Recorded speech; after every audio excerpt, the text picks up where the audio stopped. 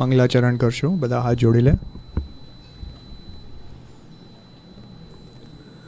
નમો અરિહંતાણમ નમો સિદ્ધાણમ નમો આયરિયાણમ નમો ઉવજ્જાયાણમ નમો લોએ સવસાહૂણમ મંગલમ ભગવાન વીરો મંગલમ ગૌતમો ગણી મંગલમ કુંદ કુંદાર્યો જૈન ધર્મોસ્તુ મંગલમ સુર અસુર નરપતિ વંદને પ્રવિનષ્ટ ઘાતી કર્મને પ્રણમન કરું ધર્મ કરતા તીર્થ શ્રી મહાવીરને.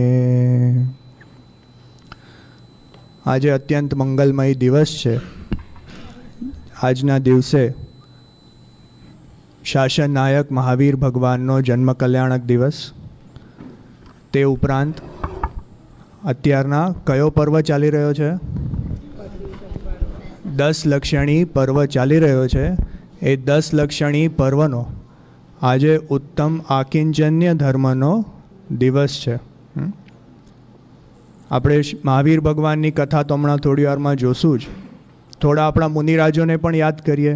હા, એવા એ ભાવલિંગી દિગંબર સંતો જે વન જંગલમાં વિચરતા હોય છે, દર અંતર્મુહૂર્તમાં પોતાના આત્મ સ્વરૂપમાં લીન થઈને પોતાના આત્મા આનંદનો અનુભવ ચાખી રહ્યા છે. હા, જેવી રીતના હમણાં આંટીએ કહ્યું ને કે સ્વરૂપની છોડો અને શાંતિ જે અંદરથી ઉપડી રહી છે એને બહારથી કહેવું અશક્ય છે. પણ દર અંતર્મુહૂર્તમાં ત્યાં સ્થિર રહી શકતા નથી તો બહાર આવી જાય છે, વળી પાછા પોતાના આત્મામાં લીન થાય છે. જેને બહારમાં એક વસ્ત્રનો તાણો નથી અને અંદરમાં એક વિકલ્પનો તાતણો નથી, જે નિરંતર પોતાના સ્વરૂપમાં મગ્ન રહે છે, એવા મુનિરાજોને પોતાના આત્માના આનંદમાં બહાર તો પરિગ્રહ છે જ નહીં, અંદરમાં એક પરિગ્રહનો વિકલ્પ પણ નથી. અને એવા જીવને પરિગ્રહથી રહિત ઉત્તમ આકિંચન્ય ધર્મ કહેવાય છે. જેણે પરિગ્રહ હતો ને ત્યાગી દીધો એને ઉત્તમ આકિંચન્ય ન કહેવાય. પણ જેને વિકલ્પ જ નથી પરિગ્રહનો અને આત્માના આનંદમાં ઝૂલે છે એને ઉત્તમ આકિંચન્ય ધર્મ કહેવાય છે. તો એ ચારિત્રરૂપ ધર્મ મુનિરાજ નિરંતર ધ્યાવે છે અને એના 10 લક્ષણોના માધ્યમથી આપણે એને પૂજી રહ્યા છે. તો આ ઉત્તમ આકિંચન્ય ધર્મનો મહાન દિવસ છે. તે ઉપરાંત આજે આપણા પૂજ્ય ગુરુદેવશ્રીનો 2 રીતે જન્મદિવસ. કઈ રીતે? એક તો તારીખ પ્રમાણે એમનો આ મનુષ્ય પર્યાયમાં જન્મદિવસ, અને બીજો જે વાસ્તવિક જન્મ છે તે કે આજે એમનો ધર્મ પરિવર્તન દિવસ છે. પૂજ્ય ગુરુદેવશ્રીના પરિવર્તનથી આ આપણા આખા જૈન સમાજના પરિવર્તનનો દિવસ છે. એટલે ખરેખર આપણો આજે જન્મ દિવસ છે. એટલે કયો 5મો મુખ્ય પ્રસંગ થયો ને? હા, કે આપણો પોતાનો પણ આજે જન્મ દિવસ છે. હા, બહારમાં તો લોકો જન્મ દિવસે શું કરે? હા, કેક કાપે અને બસ ઇન્દ્રિય ભોગમાં એ પોતાનો સમય વેડફી નાખે. પણ ખરેખર આ જન્મ દિવસ કેવો છે કે આ જન્મ દિવસ એ અશરીરી થવાનો દિવસ છે.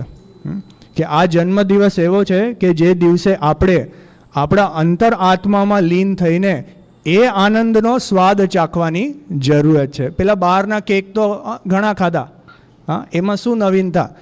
તમે ટેસ્ટ પણ જુઓ તો 5-10 ફ્લેવર જ આવે કે નહીં? એનાથી વિશેષ શું આવે? એ 5-10ને મિક્સ કરીને 11મી કાઢે. પણ આ તો અંદરના આત્માનો આનંદનો સ્વાદ, હા, એ તો ક્યારેય ચાખ્યો નથી. તો એ ખરેખર ચાખવો એ વાસ્તવિક જન્મ દિવસની ઉજવણી છે. હા, જો આપણને પૂજ્ય ગુરુદેવશ્રી ન મળ્યા હોત, આજનું પ્રવચન જેમણે સાંભળ્યું હશે, હા, એમને ખરેખર એનો અનુભવ થયો હશે કે જો પૂજ્ય ગુરુદેવશ્રી ન મળ્યા હોત તો આપણે ક્યાં અટકી ગયા હોત. હા, આજે હમણાં જ આપણે તત્વાદ સૂત્રમાં 5 ભાવનો વિષય ભણ્યા ને.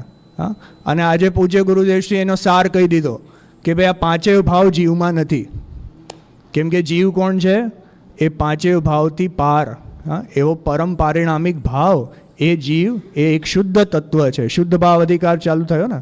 હા, તો જો એવા ભાવની આરાધના કરવા માટે જૈન ધર્મના પર્વો હોય છે, તો એવી આરાધના આપણા શાસન નાયક મહાવીર ભગવાને કેવી રીતના કરી, એની આપણે થોડીક આજે સ્ટોરી જોશું. આ 24 તીર્થંકર મહાપુરાણ છે, એના માધ્યમથી મહાવીર ભગવાનના પૂર્વ ભાવોને થોડું યાદ કરીએ એવી આજે ભાવના થઈ છે. આપણને લગભગ 10 પૂર્વ ભાવો તો ઘણાને ખ્યાલ હોય ને, કે સિંહના ભાવથી એમને સમ્યક દર્શન પ્રાપ્ત થયું અને પછી એમણે સાધના વધારી.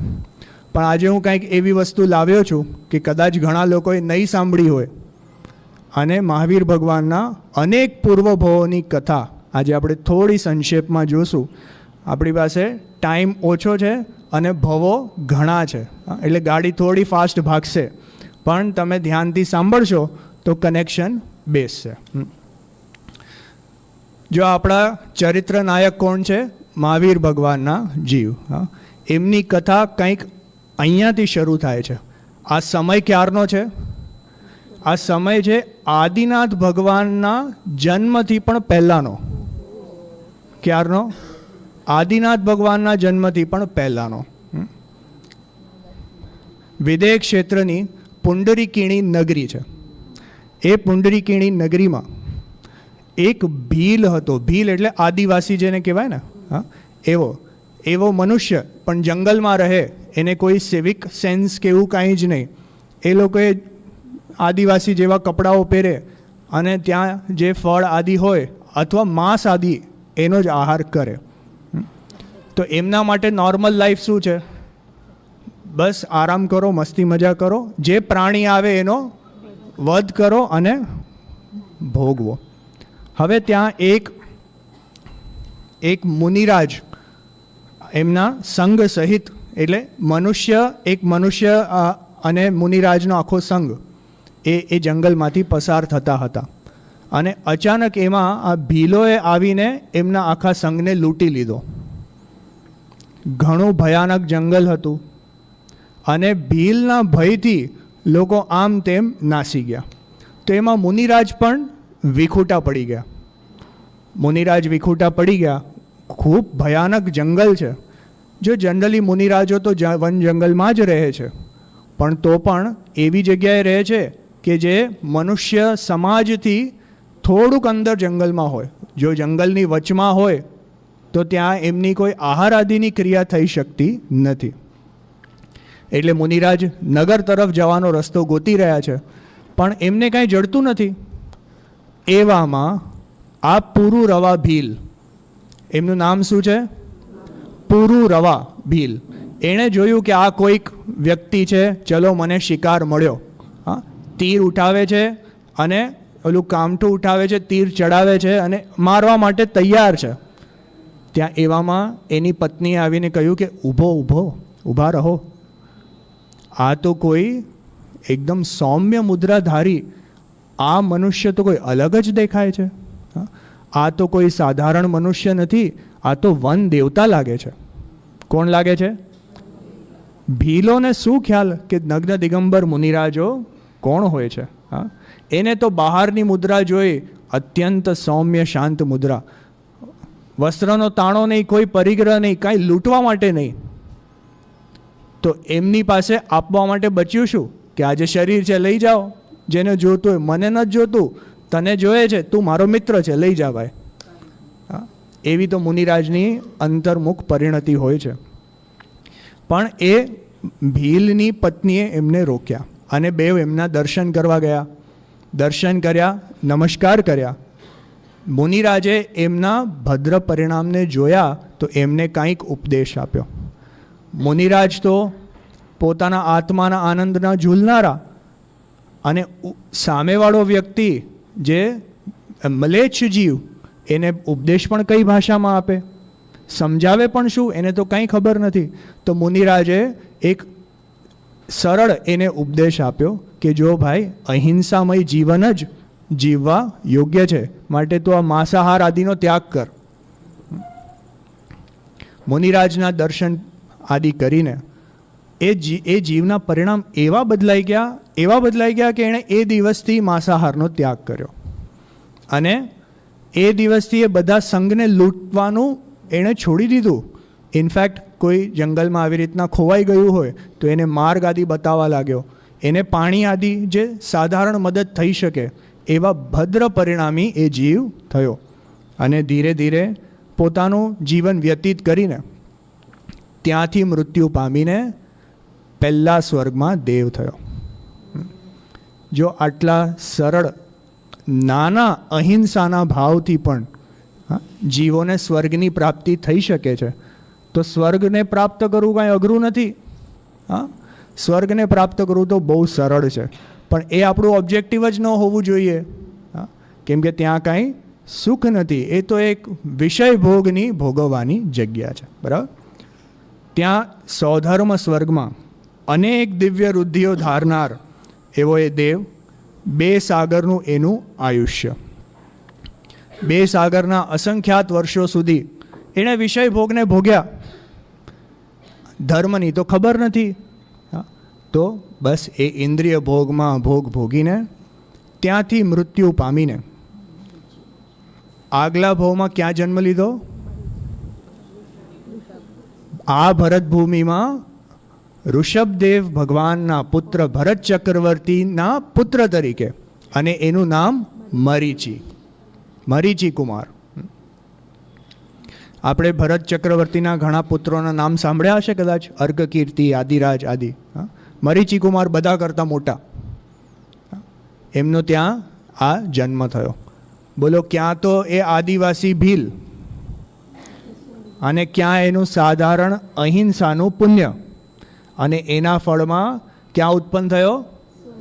પહેલા તીર્થંકરના પૌત્ર તરીકે, ભરત ચક્રવર્તીના પુત્ર તરીકે. બોલો, હવે એને ખાવા પીવાની કંઈ કમી છે? ગુરુદેવ શ્રી કહે ને કે ચક્રવર્તીના પુત્ર હોય ને એને કલાકની કરોડો રૂપિયાની તો પેદાશ હોય. તમે ભરતેશ વૈભવ વાંચશો ને તો ભરત ચક્રવર્તી એના 2 પુત્ર આદિરાજ અને અર્કકીર્તિને બાજુમાં ઊભા રહીને દરવાનનું કામ આપ્યું કે મારી બાજુમાં ઊભા રહેજો, દરવાનનું કામ કરજો, અને એનો પગાર કેટલો ખબર છે? 1 કલાકની 1 કરોડ સ્વર્ણ મુદ્રા. કેટલા? 1 કલાકની 1 કરોડ, એ પણ સ્વર્ણ મુદ્રા, આપણા રૂપિયા નહીં. ખ્યાલ આવે છે કે નહીં? તો એટલા તો ભોગો ચક્રવર્તીને સહજ હોય છે. એવા પુત્ર તરીકે એ મરીચી કુમારનો જન્મ થયો.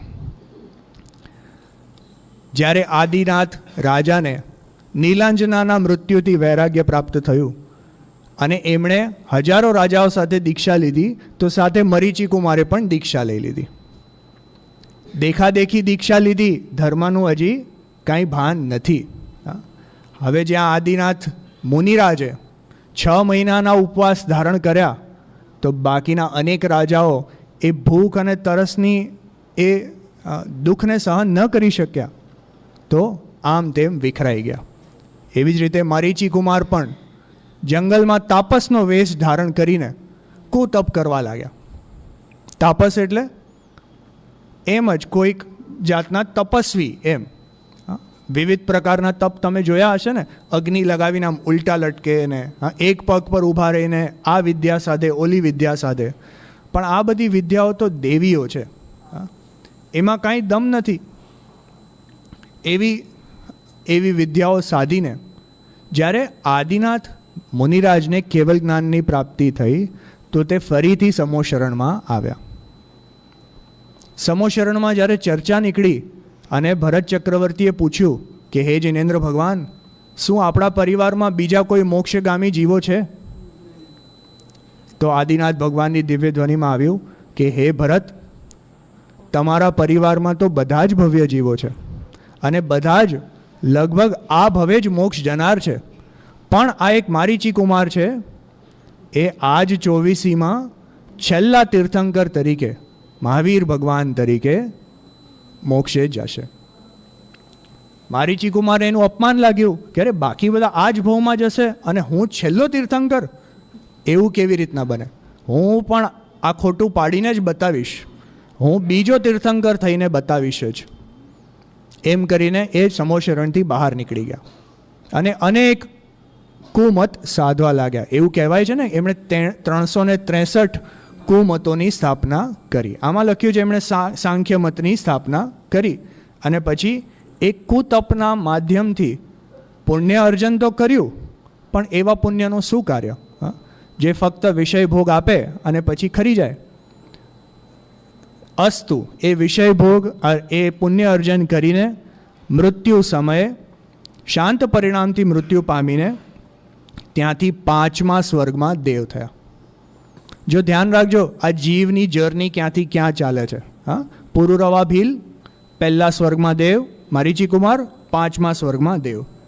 5મા સ્વર્ગમાં અગેન અસંખ્ય વર્ષોનું આયુષ્ય એમનું હતું, અને ત્યાં પણ વિષય ભોગમાં ભોગ ભોગીને ધર્મની હજી ખ્યાલ જ નથી. તો અહીંયાથી હવે જોજો એના અનેક દેવ મનુષ્યના ભવો થશે. 5મા સ્વર્ગમાં દેવ થયા, ત્યાંથી મૃત્યુ પામીને ફરીથી મનુષ્ય પર્યાયમાં એક બ્રાહ્મણના પુત્ર તરીકે એમણે જન્મ લીધો, અને એમનું નામ હતું પ્રિય મિત્ર. શું નામ? પ્રિય મિત્ર.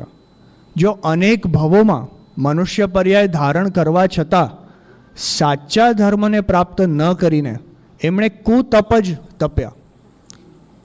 જો ધ્યાન આપજો, પુણ્ય અર્જન કરવું બહુ જ સરળ છે. જે કુતપ પણ કરે છે એને પણ પુણ્ય તો બહુ સરળતાથી પ્રાપ્ત થઈ જાય છે. આ વિશ્વમાં જેટલા અસંખ્યાત જીવો ત્રસ પર્યાયમાં છે ને, એમાંથી બહુભાગ જીવો તો સ્વર્ગમાં જ છે. તો એ મેજોરિટી જીવ જો સ્વર્ગમાં છે, તો એવા મેજોરિટી પરિણામ તો એવા હોવા જોઈએ ને કે જેનાથી સ્વર્ગની પ્રાપ્તિ થાય.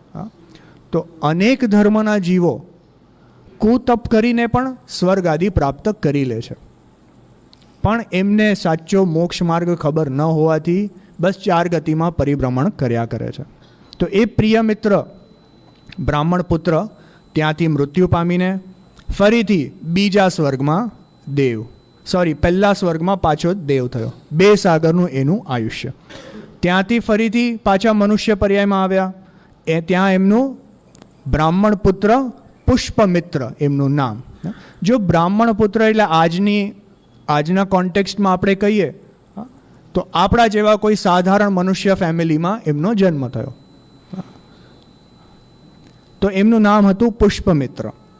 એ ભરત ક્ષેત્રના સ્થૂણાગાર નામનું એમનું નગર હતું, ત્યાં એમનો જન્મ થયો.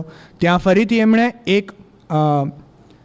એક કોઈક તપસ્વી એમને નાની ઉંમરમાં જ મળ્યા, અને એમણે એમને લાલચ આપ્યું કે મારી સાથે તપ કરવા ચાલ, તો તને અનેક વૃદ્ધિઓ પ્રાપ્ત થશે અને પુણ્યથી તને ઘણો ફાયદો થશે. તો નાની ઉંમરમાં જ નીકળી ગયા અને નાની ઉંમરમાં જ તપસ્વી બની ગયા. હવે જો ત્યાંથી પણ કુતપ કરીને મૃત્યુ પામીને બીજા સ્વર્ગમાં ઈશાન દેવ થયા. ઈશાન દેવમાં ફરીથી એ એમના ભોગ ભોગીને ત્યાંથી નેક્સ્ટ ભવ ક્યાં આવ્યો એમનો? એક શ્વેતિકા નામની નગરીમાં અગ્નિસહ કરીને બ્રાહ્મણ બન્યા. જો આ ત્રીજો મનુષ્ય દેવનો ભવ છે. ખ્યાલ આવે છે ને?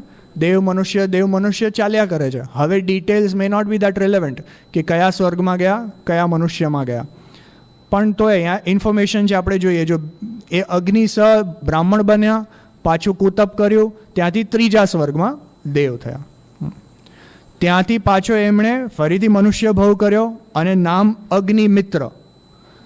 અગ્નિમિત્ર બ્રાહ્મણે ફરીથી કુતપ કરીને હવે ચોથા સ્વર્ગમાં દેવ થયા. જો ધ્યાન આપજો, આ પહેલું, બીજું, ત્રીજું, ચોથું, 5મા આ બધા સ્વર્ગમાં ભવ મેળવવા બહુ ઇઝી છે ને. આ કુતપથી જ જીવ આરામથી આ ઊંચા સ્વર્ગોમાં પણ ભવ મેળવી લે છે. હવે જો શું થયું, આ હવે સાંભળવા લાયક છે. ચોથા સ્વર્ગથી ચવીને એ જીવ ભારદ્વાજ નામનો બ્રાહ્મણ થયો. એ ભારદ્વાજ નામના બ્રાહ્મણે ફરીથી કુતપ કરીને ફરીથી ચોથા સ્વર્ગે એ જીવ દેવ થયો. દેવોનું આયુષ્ય અસંખ્યાત વર્ષોનું છે. એમને અમર કહેવાય છે. અમર એટલે કે જે જાણે મરે જ નહીં એને અમર કહેવાય. પણ આપણા મનુષ્યનું આયુષ્ય 50-100 વર્ષોનું છે ને, એટલે એની સામે એ અમર કહેવાય છે. પણ અસંખ્યાત સંખ્યા પણ જો એક ઓછી કરતા જાઓ તો છેવટે તો પૂરી થઈ જ જાય છે. એ ચોથા સ્વર્ગમાં એ જીવને અવધિ જ્ઞાન હતું, ભૂતકાળ અને ભવિષ્યકાળનું અને સ્વર્ગનું અને મધ્ય ભૂમિનું આદિનું એ જ્ઞાન કરી શકતા હતા. 6 મહિના બાકી હતા ત્યારે અચાનક આંખોનું તેજ ઓછું થવા લાગ્યું, એમની માળા મુરઝાવા લાગી. એમને અચાનક ભય લાગ્યો કે આ શું થઈ રહ્યું છે. એમણે અવધિ જ્ઞાન મૂક્યું. અવધિ જ્ઞાનમાં શું જણાયું કે આ આયુષ્ય હવે પૂરું થવાનું છે, પૂરું થવાનું છે અને આગલા ભાવમાં ક્યાં જવાનો છું. જો ખરેખર વિચાર કરો ને તો કોઈ પણ દેવ હોય ને, દેવ ગતિમાંથી ઊંચામાં ઊંચો મનુષ્ય કેમ ન થાય. એ દેવગતિ માટે મનુષ્ય એક ગંદવાડની જગ્યા છે. કેમ કે 9 મહિના પહેલાં તો માતાના પેટમાં રહેવાનું, પછી ત્યાંથી બાળક રૂપે જન્મ લેવાનો કે જ્યાં એને પાસે એવી શક્તિ જ નથી કે પોતાના ભાવોને વ્યક્ત કરી શકે. એટલું રુદન કરવું, એટલા દુઃખો ભોગવવા.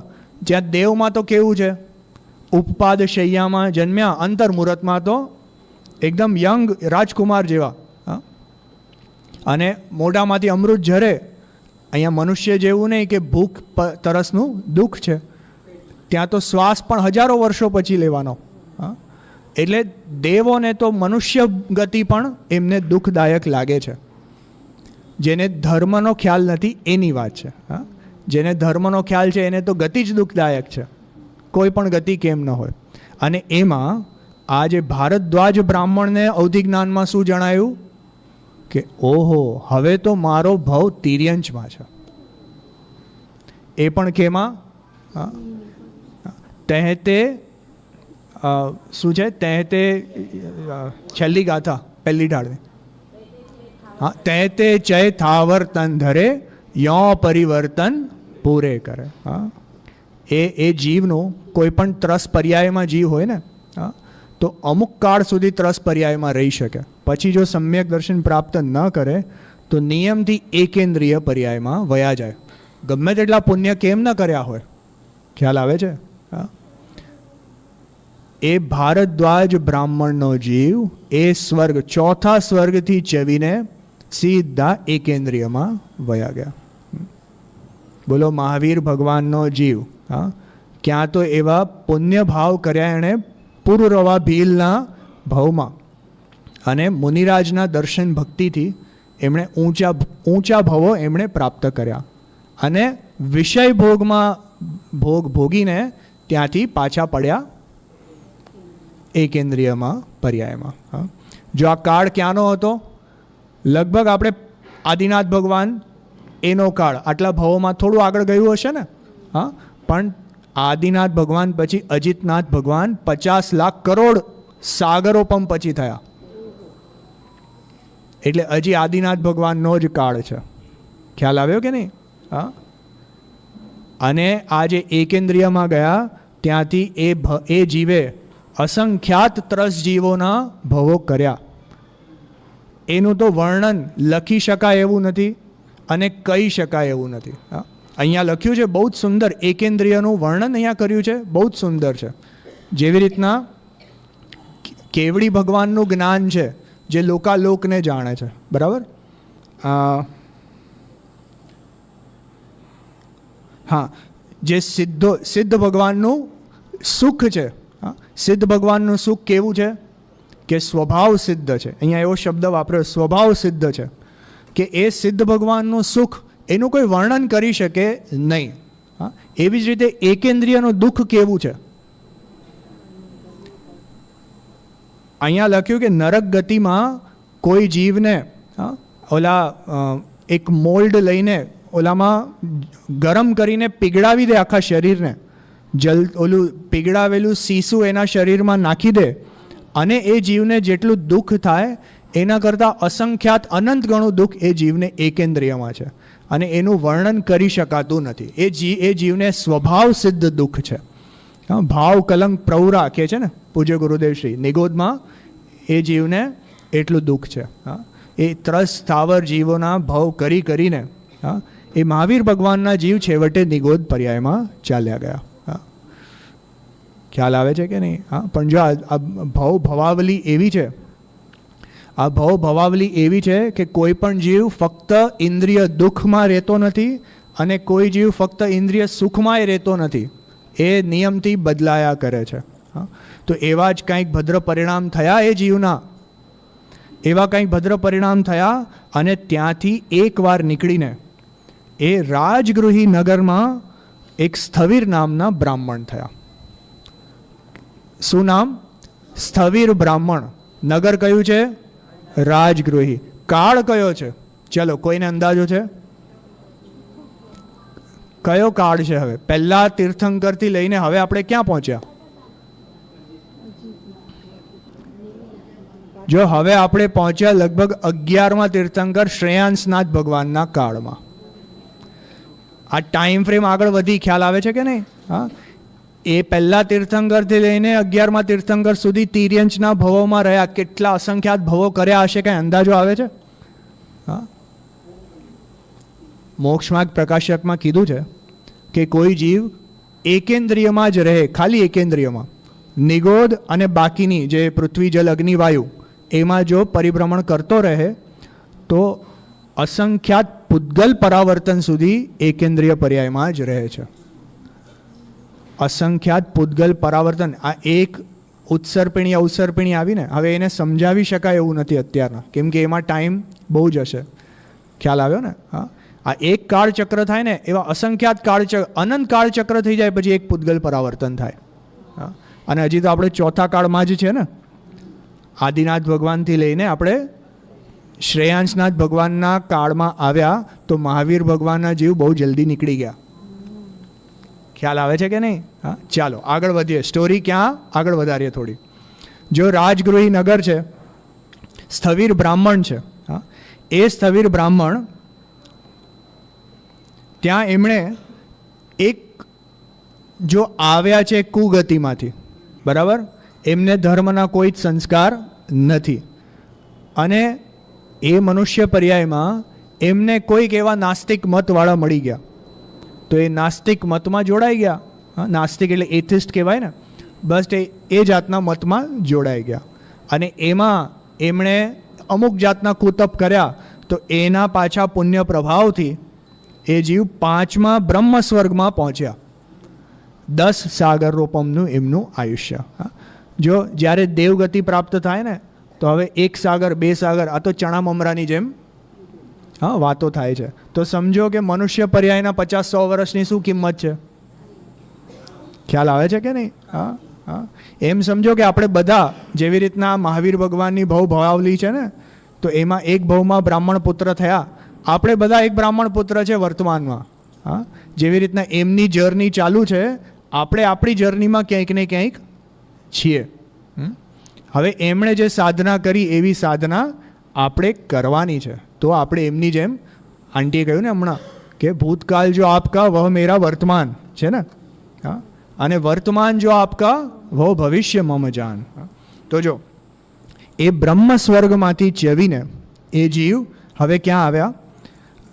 રાજગૃહી નગરમાં વિશ્વનંદી નામે રાજકુમાર થયા. જો આ ભાવમાં થોડા નામ હું કહેવાનો છું, હા, થોડા સંબંધો સમજવા પડશે. એ રાજગૃહી નગરના રાજા છે વિશ્વભૂતિ. શું નામ છે? વિશ્વભૂતિ. અને એના ભાઈ છે વિશાખભૂતિ. શું નામ છે? વિશ્વભૂતિ વિશાખભૂતિ, બરાબર. વિશ્વભૂતિનો સન વિશ્વનંદી, જે મહાવીર ભગવાનનો જીવ, બરાબર. વિશાખભૂતિનો સન વિશાખનંદ. 4 વ્યક્તિના નામ મેં કીધા: વિશ્વભૂતિ, વિશાખભૂતિ, વિશ્વનંદી, વિશાખનંદ, બરાબર. હવે જો વિશ્વભૂતિ રાજા, એને એકવાર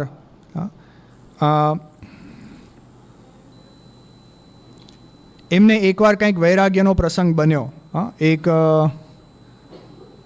આમાં ક્યાંક તો છે, હવે ગોતવું અઘરું પડશે. વૈરાગ્યનો પ્રસંગ એમને બન્યો, એમણે જીન દીક્ષા લઈને મુનિરાજ બની ગયા. પોતાનું મોટું રાજ્ય હતું, રાજગૃહી નગરી. હા, ત્યારે તો મોટી નગરી. તો એમણે પોતાના ભાઈ વિશાખભૂતિને રાજા બનાવ્યા અને પોતાના પુત્ર વિશ્વનંદીને યુવરાજ પદે એમણે નિયુક્ત કર્યા. જો આ ભાવમાં કંઈક વિશેષ થનારું છે એટલે આનું થોડું આપણે ડિટેલ લઈએ છીએ. હા, એટલે થોડું ધ્યાનથી સાંભળજો, નહીં તો કનેક્શન લૂઝ થશે તો બધું ગાડી છૂટી જશે.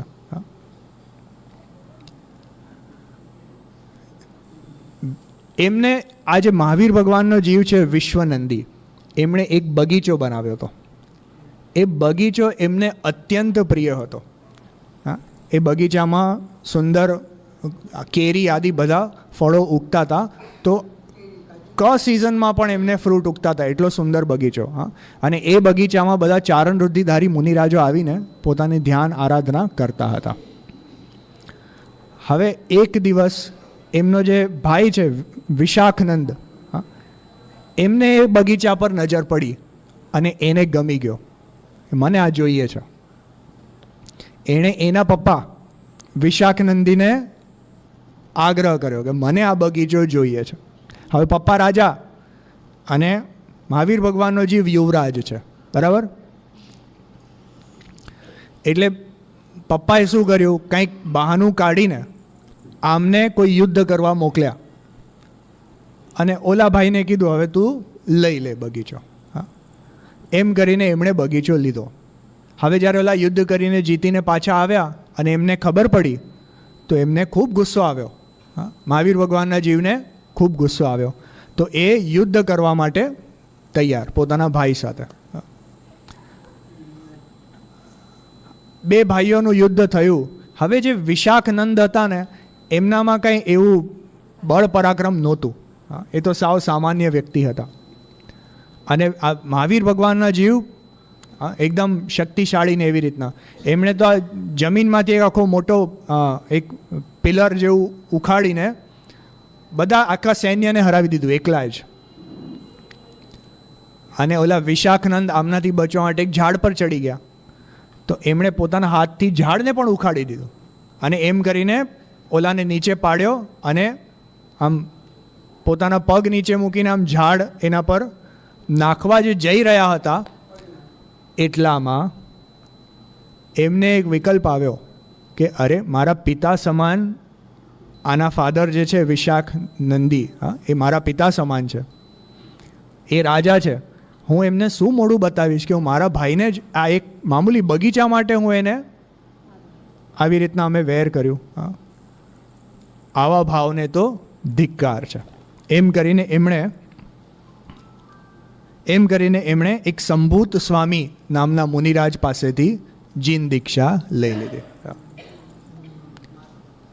જો આ મહાવીર ભગવાનની સૌ પ્રથમ જીન દીક્ષા છે. એના જીવની સૌ પ્રથમ જીન દીક્ષા છે. ખ્યાલ આવે છે કે નહીં? હા, જ્યારે જીન દીક્ષા લીધી ત્યારે તો હજી ધર્મની ખબર ન હતી, પણ જ્યારે સંઘમાં એમણે ઉપદેશ આદિ સાંભળ્યો અને મુનિરાજ એ સંભૂત સ્વામીના સમાગમથી એ જીવને આ અનંત ભવોમાં સૌ પ્રથમવાર સમ્યક દર્શનની પ્રાપ્તિ થઈ. બોલો શાસન નાયક મહાવીર ભગવાનનો જય હો. શ્રેયાંશનાથ ભગવાનના કાળમાં એ મહાવીર ભગવાનના જીવને સૌ પ્રથમ સમ્યક દર્શનની પ્રાપ્તિ થઈ. હવે જો આગળ એ મુનિરાજે સાચી સમજણ સાથે અનેક તપ આદિ કર્યા. અનેક તપ તપીને એક માસના ઉપવાસ આદિ કરતા હતા. નિર્જળ ઉપવાસ, તો શરીર એમનું એકદમ સુકાઈ ગયું. ક્યાં પેલા પરાક્રમી વિશ્વનંદી રાજકુમાર અને હવે મુનિરાજ એકદમ સુકાઈ ગયા. એવામાં શું થયું બીજી બાજુ કે એમણે જ્યારે દીક્ષા લીધી તો રાજા એના કાકા એણે પણ દીક્ષા લઈ લીધી કે મારે કારણે મેં આવી માયાચારી કરી, મને આવું ન શોભે, એમ કરીને એમણે દીક્ષા લઈ લીધી અને પેલા વિશાખનંદને રાજ્ય આપી દીધું. હવે વિશાખનંદ તો જરાય પરાક્રમી નહીં. થોડા જ કાળમાં આજુબાજુના રાજાઓએ આવીને એને હરાવી દીધો અને એને કાઢી મૂક્યો. એની પાસે બીજી કોઈ સ્કિલ્સ નહીં એટલે રસ્તે ભિખારી બની ગયો. બોલો, ક્યાં રાજકુમાર અને ક્યાં રસ્તે ભિખારી. હવે જોગાનું જોગ જુઓ, બેવ મથુરામાં પહોંચ્યા. મુનિરાજ છે 1 મહિનાના ઉપવાસ પછી અભિગ્રહ ધારીને પારણા માટે નીકળ્યા છે. એવામાં રસ્તામાં કોઈ બળદ ગાંડો થયું હશે તો એણે એમને શિંગડું મારી દીધું અને મુનિરાજ નીચે પડી ગયા. 1 મહિનાનો ઉપવાસ છે, નિર્જળ ઉપવાસ, શરીરમાં શક્તિ નથી બચી અને બળદના ઘાથી નીચે પડી ગયા. અને જોગાનું જોગ વિશાખનંદનો જીવ ત્યારે જ સામે એક વૈશ્યાના ઘરની બહાર ઊભો હતો. બોલો, આને કહેવાય જોગાનું જોગ, બરાબર. એણે જોયું કે આ તો વિશ્વનંદી, અને એને એની મજાક કરવાનું સૂઝ્યું કે એ વિશ્વનંદી, ક્યાં ગયું તારું પરાક્રમ? તે તો એવા ઓલા વૃક્ષને ઉખાડીને, આને ઉખાડીને મને મારવાનો હતો અને હવે પોતે ઊભો નથી થઈ શકતો જમીન પરથી. અને એવામાં એ વિશાખનંદી મુનિરાજને ક્રોધ આવ્યો. બોલો, સમ્યક્ત્વ રત્નધારી ભાવલિંગી મુનિરાજ છે. ક્રોધના ભાવમાં એમણે સાચા ધર્મને ગુમાવી દીધો અને એવું નિદાન બંધ કર્યું કે વિશાખનંદ, હું તને જોઈ લઈશ, તું મારી તપ આરાધનાનો મજાક ઉડાવે છે. જો મારું તપ અને આરાધના સાચી હોય તો મને એવી શક્તિ મળે કે એક દિવસ બધાની સામે હું તારા સરનો છેદ કરી નાખું. અને એવા ભાવથી એમણે નિદાન બંધ કર્યો.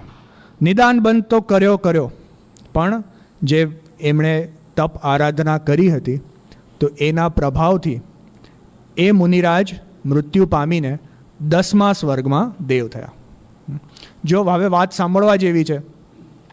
જે એમના કાકા હતા, જેમણે દીક્ષા લીધી હતી, વિશાખ ભૂતિ, એમણે પણ મુનિ દીક્ષા લઈને આરાધના કરીને મૃત્યુ પામી 10મા સ્વર્ગમાં દેવ થયા. આ વિશાખનંદ જે છે એનું ભવાવલી જુઓ. એકદમ જાણે એમ નક્કામો રાજકુમાર, એને લોભ થયો બગીચા પર, રાજ્યમાંથી કાઢી મુકાયો, ભિખારી બની ગયો, વેશ્યાના એણે ઘર માપ્યા. છેવટે એક દિવસ એને પણ વૈરાગ્ય થયો અને એણે પણ મુનિ દીક્ષા ધારણ કરી. મુનિ દીક્ષા ધારણ કરીને સમ્યક્ત્વ રત્ન પણ પ્રગટ કર્યું અને એક દિવસ એક વિદ્યાધરની વિભૂતિ જોઈને એણે નિદાન બંધ કર્યો કે અરે વાહ, આવી વિભૂતિ તો મને પણ પ્રાપ્ત થવી જોઈએ. જો મારી આરાધના સાચી હોય તો મને આવી વિભૂતિ પ્રાપ્ત થાય. એ જીવ પણ નિદાન બંધથી પોતાના અમૂલ્ય રત્નત્રય ધર્મને ખોઈ ચૂક્યો. એ જ ભવમાં ધર્મ પ્રગટ કર્યો, એ જ ભવમાં ખોઈ કાઢ્યો, બેવ જણે. પણ બેવ જણે આગલા ભવમાં, નેક્સ્ટ ભવમાં એવા ઉત્તમ ભવોના આયુષ્ય બાંધ્યા. તો અહીંથી આ પણ 10મા સ્વર્ગે, હવે બધા 10મા સ્વર્ગમાં જમા થયા. બરાબર, ચલો આગળ જોઈએ. હવે 10મા સ્વર્ગનો અસંખ્યાત વર્ષોનું આયુષ્ય પૂરું થયું. ત્યાંથી ચવીને જે પેલો વિશાખનંદનો જીવ છે એ અશ્વગ્રીવ નામનો વિદ્યાધર દેવ બન્યો. હવે કંઈક યાદ આવે છે? કંઈક યાદ આવે છે? જરાય નહીં. ચલો હજી આગળ. જે મહાવીર ભગવાનનો જીવ હતા એ 10મા સ્વર્ગથી ચવીને આ ભવમાં ત્રિપૃષ્ઠ નારાયણ બન્યા. હવે કંઈ યાદ આવે છે? શું યાદ આવે છે? હજી કાંઈ નહીં. અચ્છા, જે કાકાના જીવ હતા વિશાખ ભૂતિ, એ 10મા સ્વર્ગથી ચવીને વિજય બળભદ્ર એમના ભવે ઉત્પન્ન થયા. વિજય બળભદ્ર અને ત્રિપૃષ્ઠ નારાયણ બેવ ભાઈઓ, જે કાકા ભત્રીજા હતા, બે ભાઈઓ થયા. અને આ જે બે કઝિન બ્રધર હતા એ કટ્ટર શત્રુ બન્યા. હવે જો યાદ હોય તો આપણે પારલા પંચકલ્યાણક વખતે એક શાંતિનાથ ભગવાન અને મહાવીર ભગવાનનું નાટક આપણે રજૂ કર્યું હતું. આ જે ત્રિપૃષ્ઠ નારાયણના ભવની આખી સ્ટોરી એ નાટકમાં રજૂ કરાવાઈ ગઈ છે. ત્યાંથી તમે એને સાંભળજો. કેમ કે એને કહેતા હજી કલાક લાગશે, આપણી પાસે એટલો વખત નથી. શોર્ટમાં કહી દઉં, જો અશ્વગ્રીવ વિદ્યાધર 3 ખંડના ધણી થયા. એણે તો વિભૂતિ જોઈને એણે નિદાન બંધ કર્યું હતું ને. તો ચક્રરત્ન ઉત્પન્ન થયું, 3 ખંડના ધણી થઈને પ્રતિ વાસુદેવ થયા. અને ત્રિપૃષ્ઠ નારાયણ, જો આ આપણે દરેક 24 તીર્થંકરની સાથે 9 નારાયણ, 9 પ્રતિનારાયણ, 9 વાસુદેવ હોય છે ને, એમાંથી આ સૌથી પહેલી પેર છે. સૌથી પહેલા નારાયણ વાસુદેવ આદિ. તો વિજય બળભદ્ર, ત્રિપૃષ્ઠ નારાયણ અને અશ્વગ્રીવ પ્રતિનારાયણ. અશ્વગ્રીવ પ્રતિનારાયણનો વધ કરીને એ ત્રિપૃષ્ઠ નારાયણ 3 ખંડના ધણી થયા. એટલે કે મહાવીર ભગવાનના જીવ 3 ખંડના ધણી અર્ધચક્રવર્તી વાસુદેવ પદે વિરાજમાન થયા. અત્યંત વિષય ભોગના મદમાં અને એને ભોગવવાના ભાવમાં એકવાર એ જીવ સૂતા નિંદ્રામાં જ મૃત્યુ પામ્યા. અને વાસુદેવના જીવ નિયમથી ક્યાં જાય છે? વાસુદેવ અને પ્રતિ વાસુદેવના જીવ નિયમથી 7મી નરકે જાય છે. એટલે મહાવીર ભગવાનના જીવ ત્રિપૃષ્ઠ નારાયણના ભાવમાં નિદ્રામાં મૃત્યુ પામીને જ 7મી નરકે નારકી થયા. ગુરુદેવ શ્રી કહે છે ને કે અહીંયા તો એમનું આયુષ્ય અમુક સંખ્યાત વર્ષોનું હતું. અમુક સમજો ને, અમુક પૂર્વનું કે કંઈક તો એટલું હશે ને. અને 7મી નરકનું આયુષ્ય 33 સાગરોપમ, અસંખ્યાત વર્ષોનું. તમે ગણિત કરો ને તો 1 સેકન્ડના અહીંયા જે ભોગ ભોગવ્યા એના માટે ત્યાં નરકમાં અસંખ્યાત વર્ષોનું દુઃખ ભોગવવું પડે છે. ખ્યાલ આવે છે કે નહીં? એ ગણિત એટલું બેસે છે. એક રસપુરીનો સમજો આપણે એક ચમચી ખાધી, 5 સેકન્ડ લાગે કે નહીં? કેટલી વાર લાગે? અને એ 5 સેકન્ડના ભોગ ભોગવવા માટે કેટલા સાગરોપમનું દુઃખ ભોગવવું પડશે? વિચાર આવે છે કે નહીં? ભોગોને ભોગવતા પહેલાં જીવની એટલી જાગૃતિ હોવી જોઈએ કે આના ફળ મને શું મળશે. ખ્યાલ આવે? ચલો પાછા આવી જાઓ. 7મી નરકે અત્યંત દુઃખ ભોગવીને એ જીવ થયા સિંહ. જો હજી ઓલો સિંહ નથી, હજી વેઇટ.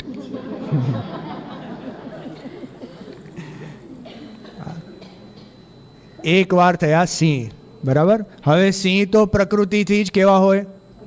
ક્રૂર પ્રાણી હોય છે. ક્રોધી ક્રૂર પ્રાણી. અને અત્યંત વિષય કષાયમાં મગ્ન એ જીવે ફરીથી 7મી નરકનું આયુષ્ય બાંધ્યું. ત્યાંથી મૃત્યુ પામીને બીજી વાર ગયા 7મી નરકે. બીજી વાર 7મી નરકથી નીકળીને હવે થયા ઓલા વર્તમાનવાળા સિંહ, જેમાં મહાવીર ભગવાને જે સમ્યક દર્શનની પ્રાપ્તિ કરી. સિંહનું આયુષ્ય હોય લગભગ 20 વર્ષનું. સોચો, 20 વર્ષમાં 7મી નરકના બંધ કર્યા, 33 સાગરોપમ. ખ્યાલ આવે છે ને? ડિવાઈડ કરો, લગભગ 1 વર્ષનું 1.5 સાગર.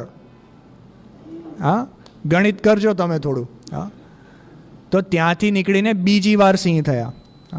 અને આપણને તો ખ્યાલ જ છે, અમિત કીર્તિ અને અમિત પ્રભ એ નામના 2 ચારણ રુદ્ધિ મુનિરાજ એ ત્યાં એ વન જંગલમાં આકાશ માર્ગથી ઉતર્યા. એ સિંહે આખા ભવમાં ક્યારે મનુષ્યને જોયા જ નહીં હતા. એનું તો પરિણામ જ ક્રૂર. એણે તો બીજા જીવો પર આધિપત્ય જ સ્થાપિત કર્યું. બધા એનાથી દૂર ભાગે. અને આ કોણ છે જે મારી સમક્ષ આવી રહ્યા છે? આટલી સૌમ્ય મુદ્રાધારી, આટલા શાંત પરિણામી. એમણે ઉપદેશ તો શું આપ્યો અને સિંહે ઉપદેશ શું સાંભળ્યો એ તો કેવળી જાણે. પણ એ સિંહના પરિણામ એટલા મંદ થયા કે એમણે ત્યાં સમ્યક તો રત્નની પ્રાપ્તિ કરી.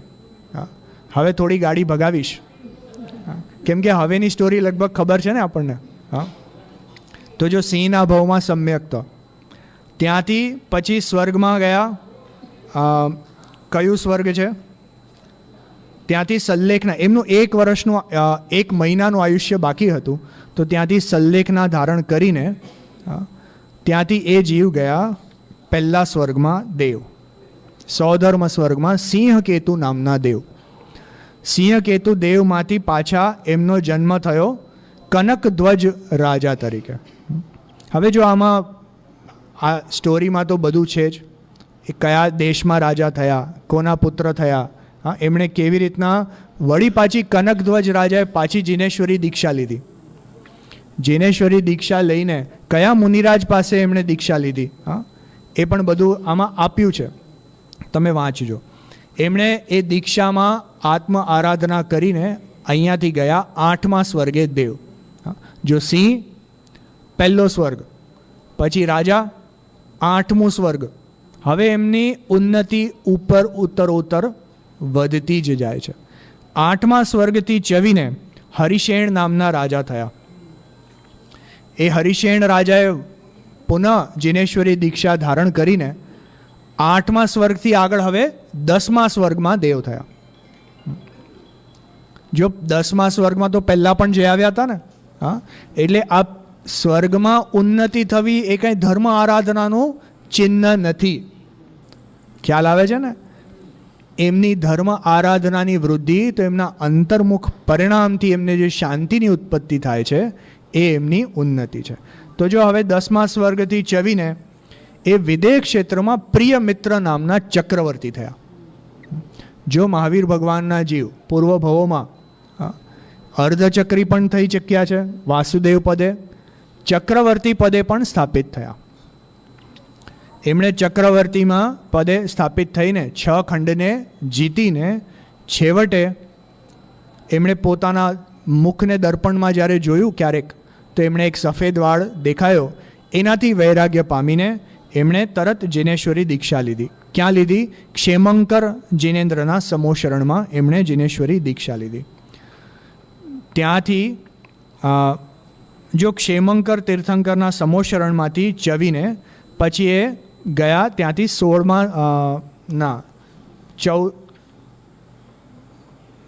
12મા સ્વર્ગમાં દેવ થયા. 12મા સહસ્ત્રાર નામના સ્વર્ગમાં સૂર્યપ્રભ નામના દેવ થયા. એ સૂર્યપ્રભ દેવે ત્યાંથી ચવીને નંદ નામના રાજા થયા. જો આ નંદના રાજા જે છે એમણે એ ભવમાં આપણને જે કલ્યાણ કરી છે એવા તીર્થંકર પદને પ્રાપ્ત થવા માટેના એ તીર્થંકર નામ કર્મ પ્રકૃતિનો બંધ એમણે શરૂ કર્યો. એ નંદ રાજાએ 16 કારણ ભાવના ભાવી. તમને ખ્યાલ હશે 16 કારણ ભાવના જે ભાવે છે એ જીવને આ તીર્થંકર પ્રકૃતિનો બંધ થાય છે. અને આ પ્રકૃતિનો બંધ ફક્ત કેવડી અથવા શુદ્ધ કેવડીના પાદ મૂલમાં જ થાય છે. તો ત્યાં એમને એક પ્રોષ્ઠિલ નામના શુદ્ધ કેવડીનો સંઘ હતો. એમના પાદમૂલમાં એમણે એક શાયિક સમ્યક તો પ્રગટ કર્યું અને તીર્થંકર પ્રકૃતિનો એમણે બંધ શરૂ કર્યો. ત્યાંથી ચવીને એ 16મા સ્વર્ગમાં ઇન્દ્ર થયા. 16મા સ્વર્ગમાં ઇન્દ્ર, ત્યારે ઇન્દ્રાણી કોણ હતા ખ્યાલ છે કોઈને? ઇન્દ્રાણી નહીં, સોરી. જ્યારે મહાવીર ભગવાનના જીવ 16મા સ્વર્ગમાં ઇન્દ્ર હતા ત્યારે એના પ્રતિ ઇન્દ્ર, એ સીતાજીના જીવ, એ ત્યાં પ્રતિ ઇન્દ્ર હતા. ખ્યાલ આવે છે? ચાલો, એ સ્ટોરી પાછી જુદી છે. તો 16મા સ્વર્ગથી ચવીને આ વર્તમાન ભવમાં કુંડલપુરી નગરીમાં એમને બાળ વર્ધમાન તરીકે એમનો આજના દિવસે જન્મ થયો. બોલો બાળ વર્ધમાન જિનેન્દ્ર ભગવાનનો જય. આ ભવની સ્ટોરી તો તમને ખ્યાલ હશે જ બધાને. જો દરેક તીર્થંકરના જીવનમાં બહુ વિશેષ પ્રસંગો હોય એવું જરૂરી નથી. જેવી રીતના નેમિનાથ ભગવાનને ઓલું બારાત લીધીને પાછા ગયા, પાર્શ્વનાથ ભગવાનના જીવનમાં પણ ઉપસર્ગ આદિ થયો. મહાવીર ભગવાનના જીવનમાં એવા કોઈ વિશેષ પ્રસંગો જોવા મળતા નથી. મહાવીર ભગવાનની આરાધના સાધના બાળપણથી જ એવી ઉત્કૃષ્ટ હતી કે એ જીવ એટલા વૈરાગી જ હતા, કોઈ સંસારિક કાર્યમાં જોડાયા જ નહીં. 5 નામથી એ ઓળખાય છે, આપણને બધાને ખ્યાલ છે. તો એમાં એક ઓલા અજગરનું દમન એમણે કર્યું અને એક હાથીને એમણે રોક્યા. એનાથી એમને વીર અને અતિવીર એવા નામની પ્રાપ્તિ થઈ. બાળપણથી જ વર્ધમાન નામ હતું. વચમાં એક સંજય અને વિજય મુનિરાજના શંકાનું સમાધાન એમને જોવાથી જ થઈ ગયું, એટલે એમને સન્મતિ નામ પ્રાપ્ત થયું. અને પાછળથી જ્યારે જિનેન્દ્ર ભગવાન થયા તો એમને મહાવીર નામ પ્રાપ્ત થયું. 30 વર્ષની ઉંમરે આત્મચિંતનના પરિણામોમાં અચાનક એક દિવસ એમને સહજ જાતિ સ્મરણ જ્ઞાન થયું. પૂર્વના અનેક ભવો એમને દેખાયા અને વૈરાગ્ય એવું ઉપડ્યું કે એમણે ત્યારે જિનેશ્વરી દીક્ષા લીધી. 12 વર્ષની એમની દીક્ષા છે. હા, અને એમને 42 વર્ષની આયુષ્ય, એ કેવલ જ્ઞાનની પ્રાપ્તિ થઈ. કેવલ જ્ઞાનની પ્રાપ્તિ થતાં સામાન્ય કેવડીને પણ કેવળ જ્ઞાન પ્રાપ્ત થાય છે. જો સાંભળજો, હા, સામાન્ય કેવડીને પણ કેવળ જ્ઞાન પ્રાપ્ત થાય છે, પણ એમના જન્મને કલ્યાણક નથી કહેવાતા. પણ જ્યારે તીર્થંકર ભગવાનના જન્મને કલ્યાણક કહેવાય છે, કેમ કે તીર્થંકર ભગવાનથી નિયમથી દિવ્ય ધ્વનિરૂપ વર્ષા થઈને તીર્થની સ્થાપના થાય છે અને અનેક અસંખ્યાત જીવોનું કલ્યાણ થાય છે. માટે એમનો આ અંતિમ ભાવ દરેક જીવ માટે કલ્યાણકારી છે. માટે આજનો દિવસ, એમનું શાસન તો ત્યારથી ચાલુ થયું ને, હા, શ્રાવણ સુદ એકમથી, જ્યારે એમની પહેલી દિવ્ય ધ્વનિ ખરી. પણ હવે જ્યારે મહાપદ્મ ભગવાન કેવડીપણે વિરાજમાન થઈને જ્યાં સુધી એમની દિવ્ય ધ્વનિ નહીં ખરે ત્યાં સુધી મહાવીર ભગવાનનું શાસન કહેવાશે. તો આપણે સર્વ જીવો એમના શાસનકાળમાં આપણા શુદ્ધાત્માની પ્રાપ્તિ, એની આરાધના, અનુભવ આદિ કરીને આપણું કલ્યાણ કરીએ, એ જ મંગલકારી ભાવના સાથે. બોલો શાસન નાયક મહાવીર ભગવાનનો જય. દ્વાદશાંગી જીનવાણી માતાનો જય.